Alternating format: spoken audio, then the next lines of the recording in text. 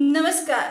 कैसे हैं आप सब? मैं त्यागीरा में आमरेश आप सभी का स्वागत करती हूँ चैनल पर और आप सभी स्वस्थ और सुरक्षित होंगे इसी आशा के साथ कहानी की शुरुआत करती हूँ। और आज की कहानी मध्य प्रदेश के रीवा का जावा क्षेत्र, जहाँ पर एक बच्ची की हत्या हो जाती है। 9 साल की बच्ची थी और इस मामले ने तूल पकड़ा हुआ था। 9 साल की बच्ची का मर्डर हो जाता है, लेकिन ये नहीं पता कि किसने हत्या की। बच्ची घर के अंदर मृत पाई गई थी, आंगन में पड़ी हुई। किसने हत्या की, कौन हत्यारा है, नहीं पता चला। बच्ची का पोस्टमार्टम भी हुआ, लेकिन अब एसपी विवेक सिंह ने 27 जुलाई 2024 को ब्लाइंड मर्डर का खुलासा करते हुए बताया है। सूत्रों से मिली जानकारी के अनुसार एसपी विवेक सिंह ने ब्लाइंड मर्डर केस का खुलासा किया है और उन्होंने बताया है कि 9 साल की बच्ची की हत्या किसने की थी, हत्यारा कौन था, घर के अंदर किसने हत्या करके बच्ची को फेंक दिया आंगन में।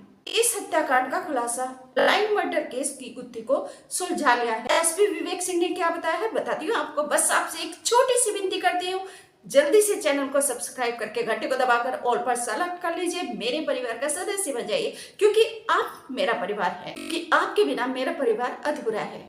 चैनल को सब्सक्राइब करके घंटे को जरूर दबाइएगा। और लिखा है ALL ऑल, उसको भी जरूर प्रेस कीजिए। बस आप मेरे परिवार के सदस्य बन जाएंगे। असल घटना अब से 3 महीने के पहले हुई थी। 24 अप्रैल 2024 को परिजनों ने पुलिस को फोन करके सूचना दी घटना की कि उनके घर में 9 साल की बच्ची उनके घर के आंगन में मृत पाई गई। पुलिस घटनास्थल पर गई, उन्होंने निरीक्षण किया वहां पे, बच्ची का शव बरामद करके बच्ची के शव को पोस्टमार्टम के लिए भेज दिया। पुलिस ने FSL टीम बुलाई। FSL टीम गई वहां पर और उसने सारे साक्ष्य जो भी वहां पर सबूत थे उन सबको इकट्ठा किया। तो पुलिस की समझ में ये नहीं आ रहा था कि इस बच्चे का मर्डर किसने किया। घर के अंदर बच्ची आंगन में मृत पाई गई है। पुलिस ने माँ से पूछा, 2 बहनें थी बड़ी, एक 17 साल की, एक 18 साल की, एक भाई था 13 साल का। इन सब से पूछा, चारों लोगों से, माँ से, दोनों बहन से, भाई से। माँ विधवा थी, पिता था नहीं बच्ची के, लेकिन सब एक ही बात बता रहे थे कि बच्ची यहाँ आंगन में थी, रात को सोए हुए थे। माँ, भाई, 13 साल का भाई और बच्ची 9 साल की सोए हुए थे घर के आंगन में। लेकिन माँ की तबीयत रात को खराब हो जाती है, माँ अंदर कमरे में जाके सो गई और बस सुबह को बच्ची जो है मृत पाई गई। इसके आगे परिवार का कोई भी सदस्य और कुछ भी बताने के लिए तैयार नहीं था और यूं कही कि कुछ भी नहीं बताया है इन शब्दों के अलावा। उधर डॉक्टर ने पोस्टमार्टम किया तो डॉक्टर्स ने पुलिस को चौंकाने वाले तथ्य बताए। डॉक्टर्स ने बताया कि बच्ची के साथ रेप हुआ है, दुष्कर्म हुआ है और गला घोटकर उसकी हत्या की गई है। अब पुलिस घर वालों से पूछताछ करने लगी कि आखिर बच्ची के साथ दुष्कर्म किसने किया। घर में कोई भी कुछ भी बताने को तैयार नहीं था। ना दोनों बहनों ने, जो बड़ी दोनों बहनें थी, ना माँ ने, ना भाई ने, किसी ने कुछ भी नहीं बताया। और ऐसे ही करते करते, पूछताछ करते करते 3 महीने बीत गए। हालांकि जब इस मामले का खुलासा नहीं हो रहा था, उधर इस मामले को लेकर हंगामा हो रहा था। लोग हंगामा कर रहे थे, गली मोहल्ले पड़ोस वाले, क्योंकि 9 साल की बच्ची का रेप हो जाता है और उसके कातिल का नहीं पता और उसके साथ हैवानियत करने वाले का नहीं पता। तो ये तो एक ब्लाइंड मर्डर केस था जिसको पुलिस भी नहीं सुलझा पा रही थी। मामला जब तूल पकड़ने लगा, क्योंकि ये एक बहुत चर्चित हत्याकांड था, तो फिर IG Rewa range Mahendra Singh Sakarwar, DIG Saket Pande और SP विवेक सिंह, ये सब वहाँ उनके मृत बच्चे के घर में परिजनों से जाकर फिर से मिले। वहां पर फिर से निरीक्षण किया IG रीवा रेंज ने, DIG ने और SP ने। उसके बाद IG और DIG ने फिर एक SIT का गठन किया और उस SIT में एक एडिशनल SP विवेक लाल को का नेतृत्व दिया और SIT ने बारीक से बारीक जांच की, बारीक से बारीक तथ्य को सबूत के तौर पर इकट्ठा किया और फिर इस प्रकार से 3 महीने बीत गए और आसपास के जो लोग थे, लगभग 50 लोगों से, उनसे भी पूछताछ की, उनसे भी जानकारी ली। अपने घर के जो लोग थे, जो माँ थी, बहन थी 17 साल की, दूसरी बहन 18 साल की और भाई 13 साल का, उन सब से भी पूछताछ की।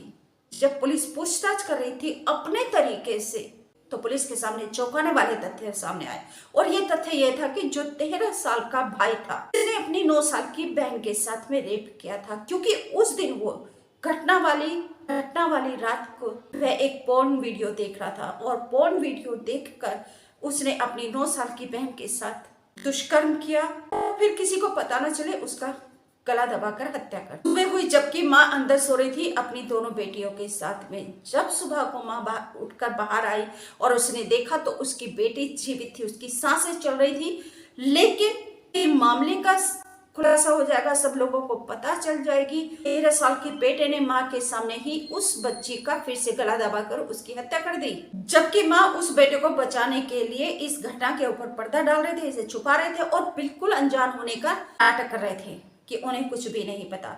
जबकि इस घटना की जानकारी दोनों बेटियों को भी थी, माँ को भी थी। वो सिर्फ पुलिस को गुमराह कर रहे थे। इस तथ्य को सामने लाई और घटना का खुलासा किया। पुलिस ने माँ को, दोनों बहनों को, इन सब के ऊपर केस दर्ज किया, इन सबको गिरफ्तार किया। तो बेटा है 13 साल का, जुवेनाइल में सुधार गृह में भेजा, कोर्ट में पेश किया और फिर उनके ऊपर पुलिस ने इन सभी को अरेस्ट कर लिया। माँ को भी, दोनों बहनों को भी और 13 साल के भाई को भी कोर्ट में पेश किया, जहाँ से 13 साल के भाई को सुधार गृह में भेज दिया गया और जो माँ है और बहनें हैं उनको हिरासत में लिया गया है। तो डर ये लगता है कि हमारे बच्चे अपने ही घर में सुरक्षित नहीं है और दूसरे हमारे बच्चे क्या देख रहे हैं, कैसे किन चीजों के संपर्क में है, किस चीज का कैसे वो इस्तेमाल कर रहे हैं, ये भी जानना और ध्यान रखना माता पिता की जिम्मेदारी होती है। और अपने बच्चों को एक सही रास्ते पर उनको लेकर जाए, ये सिर्फ और सिर्फ माता पिता की ही जिम्मेदारी होती है, वही कर सकते हैं। क्योंकि बेटे के हाथ में मोबाइल देना ये उचित नहीं था कि वह पूरी रात बच्चे के हाथ में मोबाइल रहे।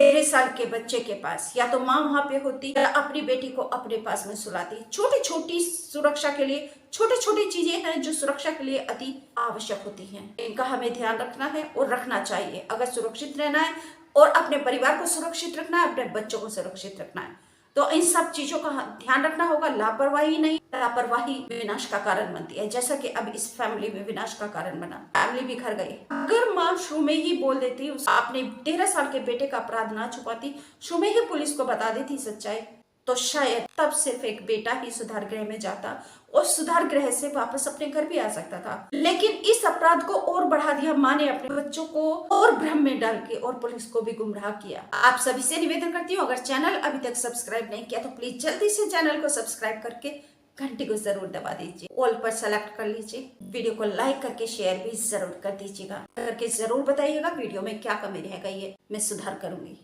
नमस्कार, थैंक यू।